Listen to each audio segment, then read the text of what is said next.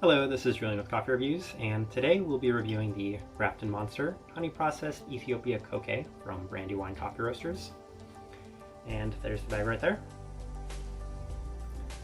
And of course, this coffee was featured in the Strange Coffee from Time and Space blind taste test video, and I already have the other two reviews on this channel. This one, of course, finished first, so it's the last video I'm doing. The entire point of purchasing that box was to discuss Brandywine a little bit more in depth. So I'm going to take this opportunity to just say a couple things about the roaster, my favorite things about it, and one thing that is my least favorite about this roaster. So first things first, just kind of a niche thing. I've always really enjoyed the artistic design of each coffee that they have. So each coffee has a different design, and that's been kind of nice, it's been kind of fun, so the bags usually don't look the same. But other than that, my favorite thing about this coffee roaster is they have a tremendous amount of offerings. It seems like every single week I get an email from them about something new, something experimental, something fun that they're doing with their coffees. And I feel like it's made it such a fan favorite coffee roaster for so many years. Brandywine's a much talked about, much loved coffee roaster in the American coffee scene, and I've seen them in so many places across the country, from Arizona, Seattle, Denver, definitely on the East Coast where they're from, Wilmington.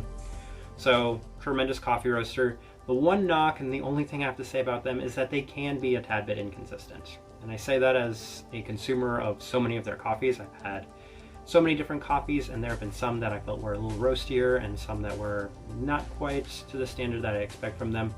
Just a slight bit of inconsistency. Most roasters are that way though, to be fair. Well, with that out of the way, we're here to discuss the winner of that blind taste test video, so let's start discussing this coffee specifically. Standard recipe, of course, 16.67 to 1 at 204 degrees Fahrenheit, brewed through the Chemex. This one's also a light medium American, but I feel like it was just the slightest bit darker than those other two. Still definitely a light medium American coffee roast profile. And with that out of the way, let's start discussing this coffee. This right here is day 19 of this coffee. So day 10, which it was featured in the blind taste test video, I was able to tell because it was kind of a mix. It had a nice bit of stone fruit with some lemon, softer and fruitier as well, but not overly tea like the washed was. Day 13, still a little bit lighter with some light stone fruits, although some darker berries were coming through and became a little bit more notable. Dark berries, some darker fruit was definitely more prominent in this honey than other processing methods, specifically the natural. Day 16, like the other coffees where they changed so much over the course of a couple of days, this one became a lot more floral, kind of purple tasting forward.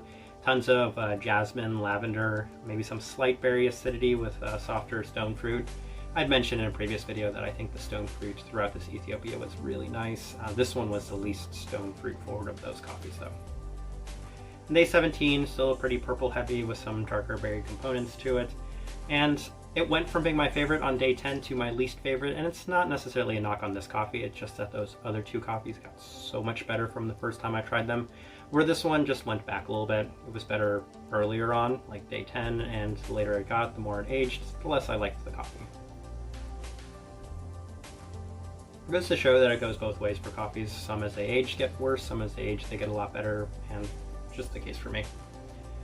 Alright, let me go ahead and put up the tasting wheel so you can see what I was getting. And of course the thing that will jump out is the florals. By far the most floral of these coffees. Still pretty clean, medium bodied, nice bit of finish to it. Berries and citrus fruit, the other kind of high things. Not getting as much lemon now as I was once upon a time. A little bit of saltiness, very slight bit of stone fruit, not as stone fruit forward as the other ones, as I previously mentioned. So I think, yeah, it probably ends up being the wash my favorite, the natural my second favorite, and then the honey processed my least favorite after drinking all three of them for a week. But overall, I think all three were pretty decent coffees. The first two tremendous coffees, this one pretty good still, just not my favorite out of the offerings.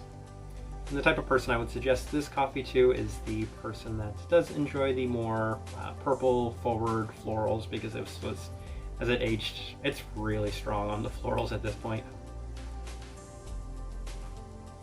Very kind of purple tasting coffee, and you know what, the acidity's dying down just the slightest bit on this day too, but yeah, I definitely think that that's the type of person that would enjoy this coffee. I'm going to leave it at that though. I'm hoping that at some point this year I'll get another coffee from Brandywine because I do enjoy talking about them. There's so much to discuss with this coffee roaster. So again, if you've tried Brandywine or if you've tried this coffee, please let me know your thoughts and opinions of it or them. If you're enjoying the content, give this video a like and subscribe if you're not already subscribed. But this right here has been a review of the Grafton Monster Honey Processed Ethiopia Koke from Brandywine. Thank you for watching.